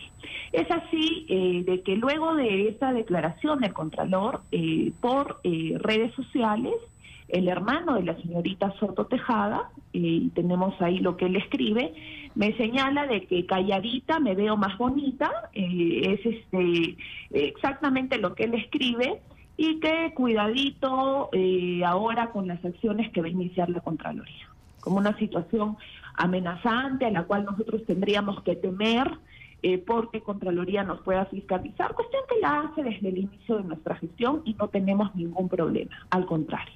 Preferimos que sea así durante la ejecución de los proyectos, pero es otra de las situaciones que se suman a toda esta suerte de eventos, apreciaciones, acusaciones falsas que se han venido realizando acá en la ciudad de Arequipa. Bien, muchísimas gracias por compartir con nosotros este testimonio, señora Yamila Osorio. A usted por la entrevista. Buenos días. Yamila Osorio, gobernadora regional de Arequipa. Qué manera de enrarecer el ambiente. O sea, es un ambiente enrarecido por el tema de los audios, que pues todas las sospechas apuntan al Contralor, o hechos como este que ha ocurrido, que nos está contando la señora Yamila Osorio. ¿No le llama la atención? ¿De cuál? No, no. Un comentario en Facebook del sobrino, a raíz de que ella dice que una nutricionista está haciendo trabajos de auditoría. ¿Quién no tiene un sobrino irresponsable? ¿Quién no lee? Pero no dentro de tu institución. Que tu institución, que tu Contralor tengas en una OSI en Arequipa a tu sobrina trabajando cuando es nutricionista y no tiene que ver con temas de auditoría. Rosana, entró hace 7 años por un concurso público y no tenía impedimento legal alguno. ¿Al de Arequipa estamos hablando? A la señora Soto. De la que está hablando. La señora Soto Tejada participó en un concurso público. Eso se ha declarado. El punto es que la señora gobernadora de Arequipa se siente amenazada porque la van a auditar. Bueno, ella dice que ese no es el tema, pero digamos, también tendría que haber tenido alguna prueba el Contralor para señalar que es ella la que está detrás de... Si lo señaló, para mí en realidad forma parte de todo este festival de pasiones que se ha desatado alrededor de este caso. ¿Estamos? Ya, pero yo creo que lo que se ha perdido es lo que llamaba Cicerón el decoro. Se ha perdido el sentido de lo propio. De todas partes. De todos lados, incluyéndolo también a él. Mire, yo soy su abogado defensor. Lo que puedo decirle es que hay cuestiones ética y legalmente que para mí son infundadas contra él. Pero sí hay muchas cosas estéticamente cuestionables que son de mal gusto, que no se deberían dar. Es un tema estético, ¿no? Estamos hablando de decoro, de decencia, de honor, y esos son los términos que han estado bastante ausentes en todas estas semanas. Escúcheme. Él, en cuanto a los cargos me refiero. Yo estoy hablando de los cargos. Yo sé, usted está hablando de los cargos, pero vamos a este ambiente enrarecido que se ha generado también en torno al Contralor. Este último diálogo que yo le decía, el título, para no obviarlo, no se habrían cumplido con los tiempos que se tenían que acreditar para poder tener acceso al título. Y la misma universidad ha dicho, denme un mes. Todo indica que no, que aquí hay una irregularidad, pero necesito un mes para terminar de chequear los papeles. Ya, por eso. Mire, Rosana, La teoría del señor Lizárraga, en este caso el decano de la Facultad de Derecho, yo he sido muy claro en señalar esto cuando estuve en Arequipa, y es que Arequipa es una tierra de juristas. De ahí vino don Eleodoro Romero Romaña, don José Luis Bustamante y Rivero, don Héctor Cornejo Chávez, don Alfonso Montesinos y Montesinos, brillantes juristas, ¿ok? Que una persona que desdiga esa tradición es grave. ¿Sabe por qué? Porque la teoría del señor Lizárraga es que Edgar Arnold Alarcón Tejada inició su carrera laboral a los 38 años, porque él obtiene el título a los 40. Y si no ha tenido 3 años de experiencia laboral, ¿qué era lo que estaban pidiendo? Okay. Tiene largamente eso, pues. Entonces es simple y llanamente el montar un escándalo sobre otro escándalo. Es insostenible. Claro, pero digamos, él termina el año 82 su carrera. En los papeles está acreditado. Si alguien ha sustraído papeles, ese no es problema nuestro. Nosotros, finalmente, lo que tienen que hacer es ir al principio de verdad material y al derecho de subsanación. Demuéstreme que tiene los 3 años. Aquí está. Y ahí acabará. Y es más, ni siquiera deberían haber abierto esto porque toda discusión está prescrita allí. ¿Qué parte le llama la atención del último audio? Yo le soy franca, no siento que Zavala esté presionando. Hay un interés especial, eso sí. Hay un interés especial de 3 ministros respecto a un tema que, como lo han señalado ellos, no es un interés encubierto. Ha sido públicamente expuesto en varias conferencias de prensa y estaba clarísimo que sí había un interés por destrabar los proyectos y que el primero tenía que ser Chincheros. ¿Usted sí lo encuentra? Fíjese, yo ahí no comparto. En el de Torne sí está clarísimo. O sea, en el de Torne está muy, muy claro. Si yo cito a alguien para que otro lo mate, yo soy cómplice del asesinato. Ya, pero aquí ¿quién lo iba a justiciar o quién lo iba a matar? Cuando el señor Premier cita al Contralor, en ese momento aparecen 2 ministros, según el relato del Contralor. Uno de ellos, Martín Vizcarra. Y Martín Vizcarra le dice, en buena cuenta, que se haga el loquito y que deje pasar las cosas porque es lo mejor para todos. Si eso no es un intento de menoscabar la función de control que ha establecido el artículo 82 de la Constitución para que se manejen bien los fondos públicos, entonces ya yo no sé qué cosa está pasando. Pero además le quiero recordar un asunto, que aquí hay una grandísima mentira. La más grande mentira es que todo el tiempo se ha dicho que el Perú iba a ahorrar dinero con esta adenda y que es una locura que la Contraloría lo haya cuestionado porque nos iban a cobrar 22.5% de tasa de interés y eso lo permitía el contrato. O sea, en eso sí estamos completamente de acuerdo. La adenda escúcheme, Rosana, escúcheme esto, porque esto es bien grave. El contrato decía cuál era la tasa máxima y la tasa máxima era la tasa promedio ponderado del mercado, y la tasa promedio ponderado del mercado para un agente crediticio como el Perú, BBB+, es 7,5%. ¿De dónde salió 22? Pero ese de Humala, pues. El 22 fue de Humala. No. El 22 fue de Humala. Humala les deja eso. No. Ahora, arreglarlo Rosana, también fue... No lo arreglaron bien. O sea, es totalmente de acuerdo. Permítame, porque no está quedando claro lo que quiero decirle. Este gobierno inventa el 22.5, porque el contrato no habla de 22.5. El contrato habla de la tasa promedio ponderado del mercado para financiar al concesionario. La tasa promedio ponderado es 7.5%. 7.5 contra 22.5. Ese 15% que se ha agregado exageradamente es para hacernos creer que era un buen negocio ponerle la plata al concesionario.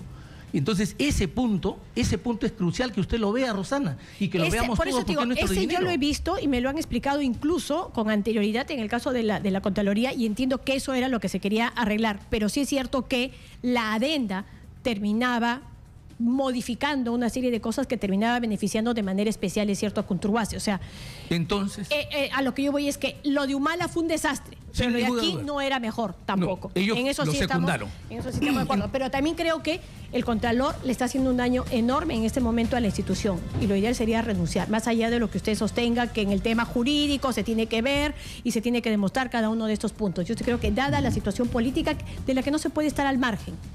Mire, Rosana, yo le quiero ser muy claro. Sin duda alguna, los medios de comunicación coinciden y los congresistas coinciden también en que estamos ante una nueva versión de la crónica de una muerte anunciada de García Márquez. Eso tiene que llamarle la atención a todos, porque usted, yo y cualquier persona puede ser víctima de una campaña de lodo y odio como sea la que se ha desatado aquí, para sacarlo de un cargo o para deshacerse de un personaje incómodo. Estas cosas en una sociedad democrática no se pueden permitir. Y yo por eso estoy aquí, asumiendo todos los riesgos que eso puede significar, porque para mí lo más importante, como un hombre de 55 años como yo, es pensar en dejarle a mis hijos un país en el que nadie esté sujeto al miedo de este tipo de conductas y procederes. Bien. Muchísimas gracias por haber estado con nosotros, doctora Abanto. Nosotros ya nos tenemos cartera, nos hemos pasado 5 minutos de la hora y regresamos con Roberto Vieira, congresista. Bueno, ya no es en este momento en una mangada. Miguel Castro, de Fuerza Popular. Ya hacemos una brevísima pausa y regresamos. Y también no se olvide, la pregunta del día es: Kenji pide a Keiko reestructurar Fuerza Popular. ¿Usted qué opina? Respóndanos vía Twitter, @exitosap o Facebook con Exitosa Noticias. Ya volvemos. 9:37 de la mañana, ya 9:38, y estamos con los congresistas Roberto Vieira y Miguel Castro. Y desde producción me decían, estamos acá con un kenjista y una keiquista, en verdad, en los hechos, pero en fin. Buenos días, ¿cómo están? Buen día. A los dos, gracias, bienvenidos. muy ¿Sí? ¿Se sienten ustedes así, bueno, kenjista? Bueno, pro Kenji, en todo caso, congresista Roberto Vieira. Simpatizo mucho con Kenji, que obviamente va en sintonía con Alberto Fujimori, ¿no? Así. ¿Y usted está de acuerdo en que se tiene que reestructurar Fuerza Popular? Bueno, como ex dirigente del Fujimorismo, que llegué a ocupar la Secretaría Nacional de Juventudes, y conociendo a la señora Ana Vega y Pierre Figari, a la cual les tengo mucho cariño y respeto, pero obviamente deben de dar un paso al costado porque están 2 veces, no pueden hundir al barco, ¿no? O sea, yo creo que lo que dijo Kenji, que Fuerza Popular le falta alma, es cierto. O sea, ha perdido su identidad fujimorista. Claro, pero no se ha quedado no solo en eso, ¿no? En algún momento incluso ha hablado pues de los leones, del circo, congresista Castro. Es el rebelde al que por supuesto no se le puede retirar de la bancada porque es de la familia. No, mira. Por menos que eso, a otro congresista ya lo hubiera retirado. No, mira, yo en principio lo que quiero de alguna manera dejar en claro es que no existe esta posición keiquista y kenjista. De hecho, en nuestro partido... O sea, digamos, ¿usted coincide con todo lo que ha estado señalando ayer Kenji Fujimori, por ejemplo? No, o sea, mira, en el partido no tenemos una sola lideresa, que es Keiko Sofía Fujimori. Y si algo que el partido ha tenido hasta el día de hoy, por lo menos de las que yo soy parte hasta esta etapa de mi vida, es que siempre hemos tenido lealtad, siempre nos hemos llevado por ser disciplinados, y nadie tiene corona. O sea, cualquier de los congresistas que haga una declaración que de alguna manera sea una muestra de lealtad o de alguna manera que no sigamos con los lineamientos del partido, sí puede ser sometido a un proceso disciplinario, ¿no? Ahora, lo que he escuchado de Kenji... Pero lo que ha estado diciendo ya, pues esto de los leones y estas cosas, algunos le han dicho hasta felón, ¿no? Pero ya, eso ya es un poco extremo. Pero ha hecho una referencia al Congreso en general, no es que ha hecho una referencia a nuestro partido en particular. Bueno, pero es un Congreso dominado, ¿no?, mayoritariamente por Fuerza Popular, pues. Y ha manifestado que rompen los puentes. O sea, que él se encarga de tender puentes, y digamos que dentro de la bancada, porque obviamente ustedes son la mayoría y son los que al final deciden, terminan destruyéndolas. Bueno, es lo que he manifestado ayer en la entrevista. Yo digo, ¿qué puente hemos destruido? A mí me da gracia cuando yo siempre escucho algunas declaraciones del propio partido de gobierno o de otros, de alguna manera, que no nos quieren, a los fujimoristas. Yo sí los quiero. Que torpedeamos. Con esa aclaración hecha. Tú eres un amor-odio, una relación amor-odio. No, pero es que la que puede existir también al interior de la bancada, porque dicen que al interior de la bancada también existen ese tipo de relaciones. Pero mira, Roxana, hay algunos que están hartos, dicen, de este autoritarismo del grupo Mototaxi, porque los otros se sienten simplemente pues así ninguneados, y que son muchos de ellos incluso los de provincias. Eso es otra... ¿Usted era parte del grupo, por ejemplo? No soy. No, ya lo sé, pero te voy a ¿qué sintió algo cuando se enteró? Hoy hay un chat en el que yo me aparezco. Es que normal. O sea, mira, ¿cómo va a ser normal? Es que es una estructura. Mira, lo que pasa es que siempre tratamos, de alguna manera, de ver esto como algo malo. Yo lo que siento es que vengo de la actividad privada, vengo de haber formado parte de instituciones o empresas grandes, y en toda institución que tiene, de alguna manera, una visión de crecimiento, desarrollo, tiene que haber una estructura. Y las estructuras justamente sirven para organizar lineamientos, y lo que uno tiene que hacer es ganarse su espacio por mérito propio. O sea, yo no puedo vivir quejándome la vida entera. Si yo estoy en una bancada y la bancada tiene una estructura, una organización, eso se tiene que hacer así. Imagínate el caos y el desorden. Somos 72, o éramos 72. Hoy digamos somos 71. Así es. Pero tiene que funcionar orgánicamente. Claro, pero digamos que escucha usted ayer a Kenji Fujimori y hablando además que si eres director técnico y pierdes un partido, luego otro partido, llegamos al Mundial, tienes que estar haciendo algo, y es claro que hay esos cuestionamientos a Pierre Figari y a la señora Ana Vega. ¿Usted comparte eso, por ejemplo, o esta es una línea distinta, disidente? Bueno, ¿Eso merece una sanción, verdad, una llamada de atención de por qué públicamente ventilas eso? Lo que pasa es que dos son cosas distintas. Una cosa es el tema parlamentario y hablar de la bancada, y otra cosa es hablar de un tema del partido. O sea, de hecho, a mí no me corresponde hablar sobre el tema del partido. No tengo actividad, digamos, partidaria muy activa, porque no soy miembro del CEN, no soy militante aún, me interesaría hacerlo. Pero yo creo que Kenji habla de su óptica más desde como un miembro del partido. Y eso es una posición personal. Y además debe ser respetable. Yo creo que las discrepancias y justamente los pensamientos diferentes hacen que se haga el debate y que se llegue a un objetivo en que las partes, de alguna manera, por tener diferencias, puedan de alguna manera tener un punto de encuentro. Pero yo no lo veo que es un cuestionamiento de la bancada, sino es un cuestionamiento como partido político, ¿no? ¿Usted cómo lo ve? Yo pienso que Kenji siente que el fujimorismo ha perdido identidad. Fuerza Popular ha perdido identidad fujimorista, ¿no? Y te digo, en la interna inclusive les han prohibido bailar el baile del chino. Imagínate a ese extremo, ¿no? En las bases estoy hablando. Entonces, yo creo que ellos saben que Kenji siente que ha perdido identidad, por eso que él manda un tuit y dice el Fuerza Popular no tiene alma. ¿No? Entonces, él siente que su casa como que la han invadido. En este caso, como yo digo en muchas oportunidades, Galarreta es una persona a la cual le tengo mucho respeto, pero es un pepecista. Entonces, un pepecista liderando el fujimorismo en la bancada. La bancada de Vitocho, de Acción Popular y la de Lapra, jalándolo de las narices, porque ellos son los que empiezan con el tema de la interpelación. Y los fujimoristas, Fuerza Popular se suma, ¿no? Y se suma de una manera a veces amenazante. Y yo creo que eso va en contra de lo que quiere Kenji, que es el acercamiento, trabajar por la gobernabilidad. Él ha mostrado en todo momento con el gobierno tender puentes. Y creo que eso es lo que está pidiendo, ¿no? En fin, y bueno, hablando de tender puentes, el audio que ha salido el día miércoles, ¿ustedes cómo lo interpretan? A ver, yo lo que creo es, de alguna manera, ver que en este audio, si es cierto, es una reunión donde para algunos habrá presión, para otros no habrá presión al Contralor, pero a ese nivel no es que lo coaccionas directamente, no sacas una chaveta y le dices haz esto. Es un mensaje subliminal que le das al Contralor. Pero yo creo que lo más grave de esto es que si es que esto es un gobierno y sobre todo este tipo de adenda había ya sido cuestionada por el Parlamento, no te podrías o no te debes reunir con el Contralor, quien te está auditando.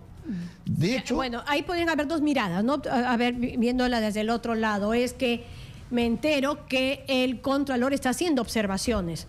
Entonces, te cito para levantar esas observaciones. ¿Tres ministros? Que eran los dos implicados, los dos que tenían que ver directamente con la adenda. Digo, porque digamos, la explicación es aburridamente técnica, aburridamente técnica, ¿no? Las observaciones del Contralor ya se las había enviado. Es cierto que tendrían que explicárselas a los auditores, no a él. No, pero ahí hay un tema también que no estamos perdiendo de vista. Zavala dijo en una declaración que él no iba a involucrarse. Bueno, entiendo que fue 2 meses después, tema. ¿No? No, un día antes de la reunión, mejor dicho, el día 2 de febrero se reúne y el día 3 renuncia la hermana. Entiendo que fue antes, porque incluso había parte de haber una noticia de último minuto, según fuentes que nos acaban de informar, Nadine Heredia y sus hijas habían salido del país. La mamá, perdón, no Nadine Heredia, la madre Nadine Heredia y sus hijas habrían salido del país. Esa es una noticia de último minuto que ya se habría conformado. Ojo, me equivoqué, no es Nadine, es la madre de Nadine y sus hijas las que habrían salido del país. Bueno, en este caso ya no tienen ningún tipo de impedimento de salida ni nada, ¿no? O sea, las hijas pueden ir y pasearse por cualquier lado sin ningún problema igual. Ahora, la madre de Nadine sí no estoy tan segura, ¿no? Porque ella sí aparece no solamente en las agendas, sino aparece también en toda esta línea de CaixaMac y otros depósitos que se hacen desde Venezuela. Pero en caso de las hijas sí, al margen. Ellas pueden ir donde quieran. Bueno, pero yo creo que sí tiene razón, fue un mes, pero el 1 de febrero la anuncia y el 3 de marzo recién renuncia la hermana. O sea, después de un mes renuncia la hermana. ¿De la reunión? De la reunión. Bueno, a ver, ¿sí? Chequeamos luego lo de las fechas. A ver, en tu caso, congresista Vieira, ¿cómo entiende la reunión? El lapso ha sido mínimo, 1 mes, 2 meses, así sea 3, 4 meses. De todas maneras, existe un conflicto de interés. Y yo creo que ahí cometió un error. Yo le tengo un aprecio enorme a Zavala. Creo que ha hecho lo imposible por llevar bien al gabinete. Al menos han tenido, dentro de las cosas, digamos que no les ha salido algo muy positivo, que ha sido enfrentar los temas del fenómeno del niño, ¿no? ¿Cómo lo enfrentaron? Creo que ha sido muy positivo, a pesar de que se tiraron la plata de la prevención. Discúlpame la expresión tan fuerte. Pero creo que sí hay una presión tácita. Yo soy una persona independiente, apoyo al gobierno en las cosas positivas, pero debo admitir que se equivocaron. Y desde mi punto de vista, yo creo que Zavala, por el bien del gobierno, debería dar un paso al costado, mantenerse él como ministro de Economía, pero ya de premier debería buscarse una persona, digamos, que tenga más oxígeno, ¿no? Ya, o sea, digamos que a raíz de este hecho, lo que tendría que hacer es renunciar al premierato, pero sí quedarse como ministro de Economía. Quedarse como ministro de Economía, yo creo que necesariamente no debería renunciar, sino simplemente debería esperar los cambios que se deben de dar el 28 para no seguir creando estos sobresaltos. Ya, pero ¿usted apoyaría una moción para que él sea citado al Congreso? No, yo creo que para que dé explicaciones sí, pero ahí a interpelarlo o buscar una posible censura o algo por el estilo, no. ¿Usted? No, de hecho yo también descarto cualquier tipo de interpelación. Lo que sí siento es que sí debe ir al Congreso a explicar este tema. Debería hacerlo. Lo que también siento es que el gobierno, en este caso el presidente, debe dar ya mensajes también firmes al país. Lo que hemos visto desde que se inició este gobierno son una serie de actos de indicios de corrupción. Empezamos con el tema de Moreno, que fue de alguna manera un tema que alguien era muy cercano a él y que íbamos a jugar con el tema de la salud. Y yo creo que esto huele. Yo quiero rescatar acá un Twitter que hizo el doctor Nakazaki, ¿no? Que decía que esto parecía una reacción desesperada por destrabar los grandes proyectos o parecía una reacción de grandes lobbies, ¿no? O sea, eran dos lecturas que son fácil de percibir, porque si es en la misma conversación, ellos hablan de los grandes proyectos, inclusive la refinería de Talara, que hoy día es seriamente cuestionable. Se van a hacer gastos. No, y que en la misma conversación, tanto en la anterior como con la de Torne como la de acá, o sea, todos coinciden en que esos proyectos, o sea, nacieron mal. Entonces, ¿por qué la insistencia en que general? O sea, yo sí creo que hay un afán por destrabemos, pongamos en movimiento la economía, que esta rueda empiece a girar, y en ese afán probablemente... Pero hay contratos asumidos, habría que ver el costo también de anularlos, ¿no? O sea, también se entiende, pero creo que definitivamente se han circunscrito a 4 temas que estaban muy cuestionados, ¿no? Contratos de gobierno Ollantumala, en la cual el gobierno de PPK tiene que empezar, si no es que están en proceso de sacudirse de todo el humanismo que todavía sigue enquistado en el gobierno. Ese es el gran problema. ¿Cuál? Los funcionarios. Yo lo que creo es que no deslindaron con el humanismo cuando debían. Ese fue el problema. Pero... Ni en Chinchero, ni en la línea 2, ni en Talara. Y entonces ahora todos esos pasivos se asumen como propios. Pero mira, el Ministerio de Educación está lleno de humalistas. Y eso es lo que les molesta, ¿no? No es que te moleste, sino son... Pero son gente que ha sido parte de estos contratos mal hechos también. Humala ha sembrado malos funcionarios. O sea, nadie puede ser ajeno hoy día, siquiera a pensar o tener la duda de que el gobierno Humala se ha manejado muchas cosas. Claro, pero digamos, ¿existen los humalistas? Bueno. O sea, vamos, eso fue un experimento. Llegó Humala y punto. Pero el humanismo como tal no existe. En todo caso, gente de confianza de él, sí puede ser, ¿no? Pero gente que le ayudó a conseguir sus objetivos personales, o sea, de beneficiarse, claro. Sí. Y ellos están enquistados en el gobierno, ¿no? El congresista Pasa ha llegado a decir que el presidente Kuczynski debe cerrar el Congreso porque ya pues está muy obstruccionista. ¿Qué piensan de eso? Bueno, creo que las declaraciones de Apasa lo podemos considerar como las declaraciones... Pero sabes que puede tener sintonía con un sector de la población, ¿no? O sea, más allá de que sí, es viable, no es viable, no necesariamente el Movadef. Hay gente que sí dice, pues ya, hay muchas ganas de fastidiar de parte del fujimorismo. El 5 de abril fue necesario, pero es irrepetible. Eso no se puede volver a repetir en la historia. Creo que el Congreso, acá, en lo que ha pasado en este primer año de gobierno, ha sido responsabilidad de ambos. Errores del Ejecutivo, hay que admitir que han habido tremendos errores del Ejecutivo y también un desproporcional abuso de la mayoría del Congreso, ¿no?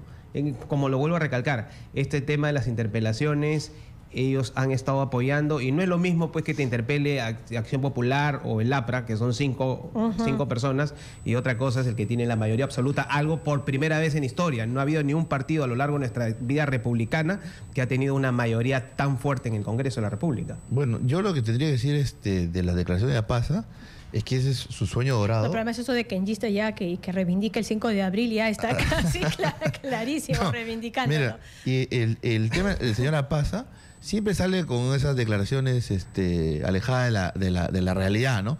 Pero Frente Amplio están bien cercanos con ustedes, ¿no? Es que, mira, ¿sabes qué pasa con ellos?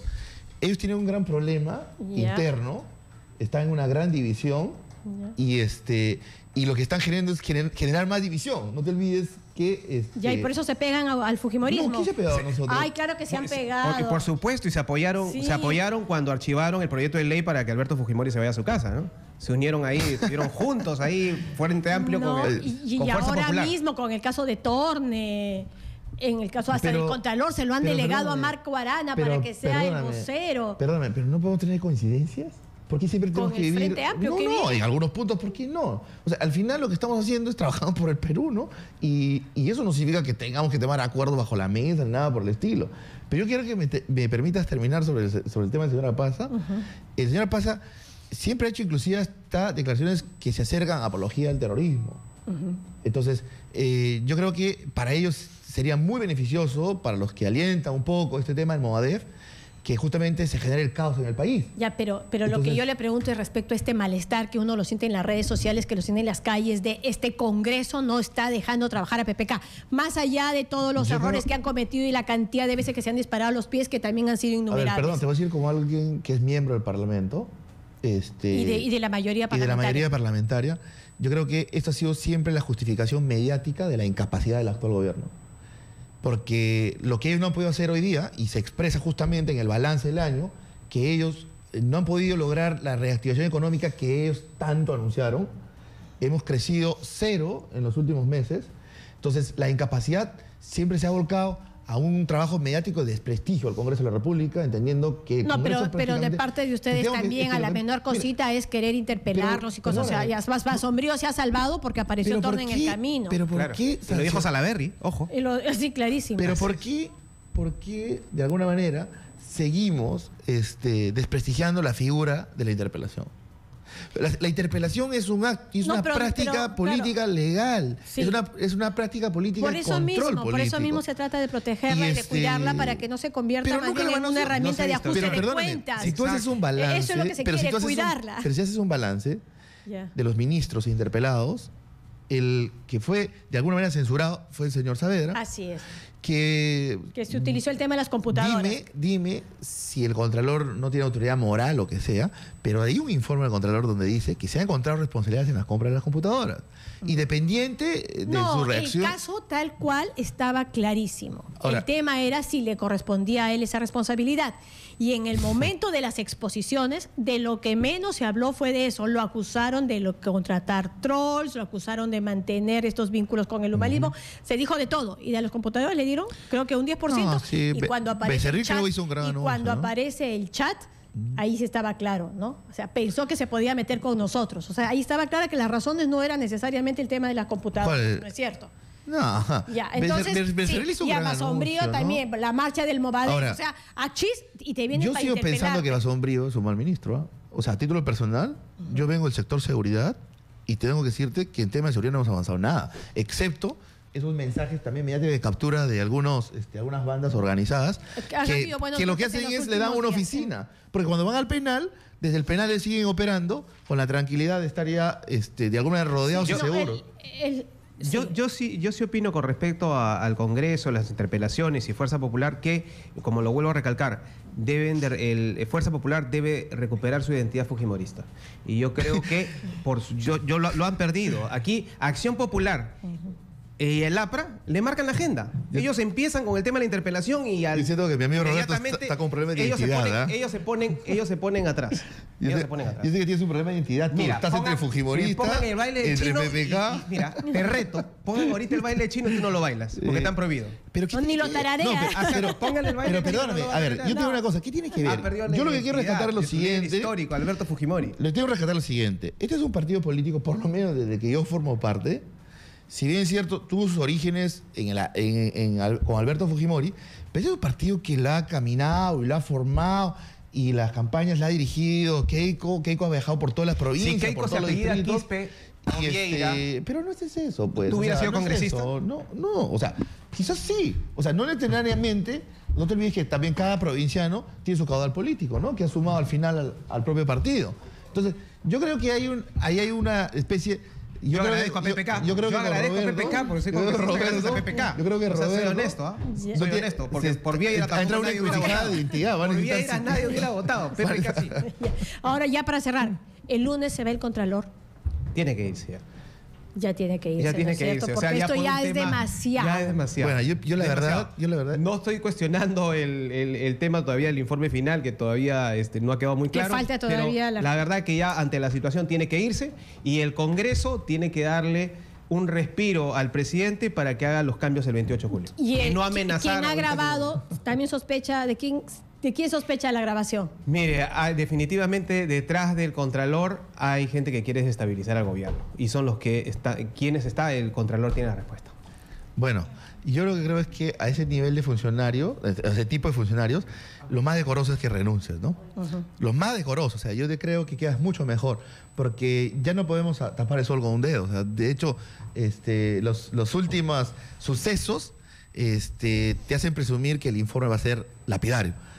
Y ya no hay vuelta atrás. Lo que sí más bien yo recomendaría al actual gobierno es que con celeridad nombre una terna, porque mucho va a depender que el Congreso decida en la función a la terna que vaya a nombrar el Ejecutivo, ¿no? Puesto y sobre todo para que... Y que sea una persona... necesita un buen trabajo y se necesita una Contraloría fuerte. Bien, entonces muchísimas gracias por eso acompañado, pero igualito los invito a que me acompañen. Una cosita, aprovechando que estuvieron los bomberos. ¿Por qué los bomberos no pidieron el apoyo del ejército a los helicópteros? Porque tuvieron 5 o 6 horas para haber salvado a la gente que han muerto, ¿no? Porque es una decisión del Ejecutivo y PPK les ofreció tanto a los pobres bomberos. Yo la verdad yo creo que entiendo que hay que capacitarlos. Sobre un ambiente caliente, atmósfera caliente no se puede, pero en fin, yo creo que se debería investigar. Yo creo que sí se puede pedir ayuda. Bien, la pregunta del día era, Kenji pide a Keiko reestructurar Fuerza Popular. ¿Qué opinan? Por favor, acompáñenme para ver cuáles son las respuestas. Adelante, Jenny. No nos podíamos ir sin conocer las opiniones de nuestros seguidores. A ver, ¿qué opina Mesías? Reestructuración con gente que haya terminado sus estudios y que no falseen sus títulos, conducta intachable ante el Poder Judicial y que luchen por la democracia y la paz. Por otro lado, María nos dice, yo creo que es el Ejecutivo el que necesita una reestructuración, pero de emergencia, señala. Y por otro lado, ¿qué opina Luiseta? Nos dice, para una renovación eficaz del fujimorismo, dice, con Sachi y Giro, los que deberían liderar el partido para que Fujimori salga libre, menciona. Son las opiniones de nuestros seguidores. Por otro lado,